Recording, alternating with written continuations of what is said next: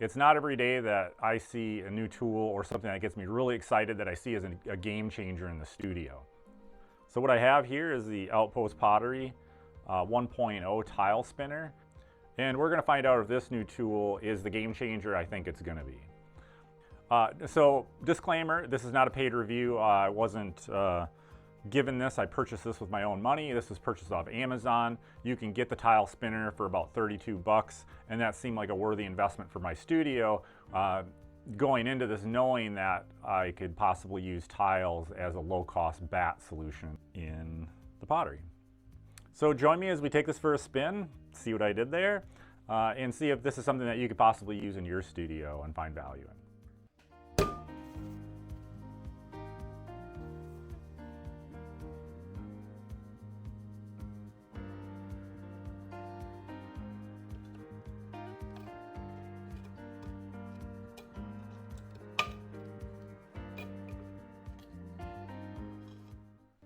So my initial reaction is kind of meh.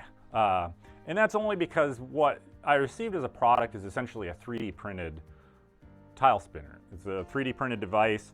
You can actually go and find the plans for this in similar designs. I know I've seen stuff on Thingiverse. So there are certainly options out there if you have a 3D printer that this is something that you could do on your own and you wouldn't need to purchase it or buy it somewhere.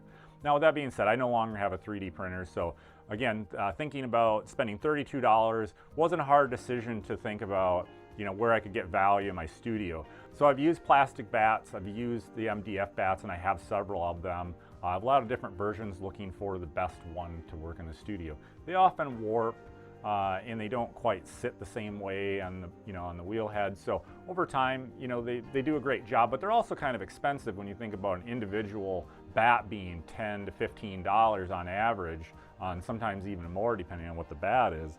That can really add up. So the thing I loved about the tile spinner and the idea of using tiles that I could go to Lowe's or Home Depot and I could get cheap tiles that would fit in here.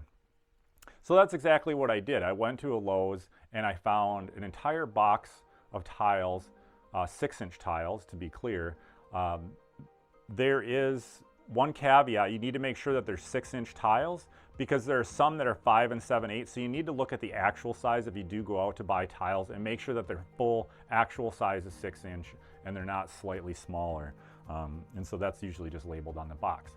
But the most amazing thing about the fact that you can go buy a box of 50 tiles, or you can buy them, I think, individually in some cases, is that they're less than $1 a piece. There's just no bat system. There's nothing that comes even close to that price.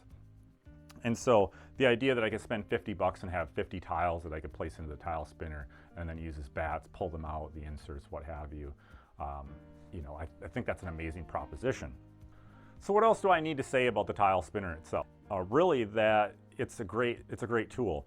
Even the fact that it's 3D printed, I do have concerns of the longevity. I do think, there's some strands that started to come apart. I can tell that the bat pin holes are going to start to wear and they start to kind of crunch when you take it off off the wheel head. I've also noticed that it just doesn't stay put when you're trying to take tiles in and out. And you probably saw some of that in the spinner foot. So overall, do I recommend this? I think you cannot beat an $80 price tag for 50 bats. I don't think there's anything like it. So absolutely, like I said, there are a few caveats and downsides, and I think there's maybe a few challenges you might have. It's a little, kind of clunky to like pull. You got to make sure you're holding it just right to get the tile out. So not the end of the world, and again, for the low-cost solution that it is, I think it's a really great option for your studio. And I do think in some ways it is a game changer because, again, that price point of being so cheap to get tiles, it can't be beat. So if you're interested in other reviews that I do, I'll link to those in the end of the video. And thanks for watching. I hope this is something that maybe you can use in your studio, and if not, help you make some decisions. As always, thanks for watching and appreciate your time.